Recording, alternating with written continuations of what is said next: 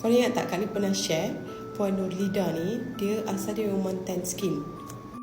Sajalah Kak Lin nak update gambar dia yang terbaru, yang latest. Tapi Kak Lin nak recap balik. Mana tahu korang yang baru join ni tak tahu. Sebelum ni Kak Lin pernah post pasal Puan Nurlida ni kan.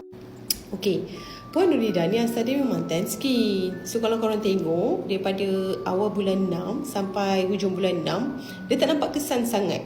Dia pakai satu muka, satu badan. Tapi dekat muka dia dah perasan dah, jerawat dah pudar, muka dia makin cerah. Tapi dekat badan tu tak nampak kesan sangat. Lepas tu, dia tunjuklah result dia. Gambar dia lepas 2 bulan dia pakai krim putih Kak Lin.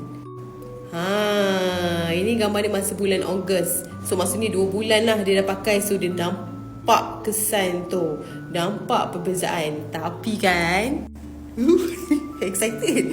Korang nak tahu tak, dia bagi gambar dia terkini bulan lepas lah. Sekarang bulan 10 kan, bulan 9 masa tu awal bulan 9. Kak Lin ingat lagi 9 hari bulan 9. Jom kita tengok.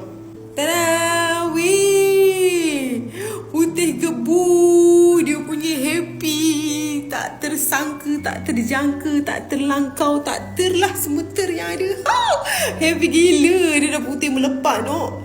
Serius weh. Kak Lin macam berapa bekas dah pakai ni? Berapa bekas ni? Kau tahu tak berapa bekas dia pakai? Waktu ketika itu ada kot dah 12 bekas. Dia kata lebih kurang 12 bekas. Tapi kalau bulan ni mungkin lah 15-16 bekas dah kot no. Aduh no. Bestnya kan?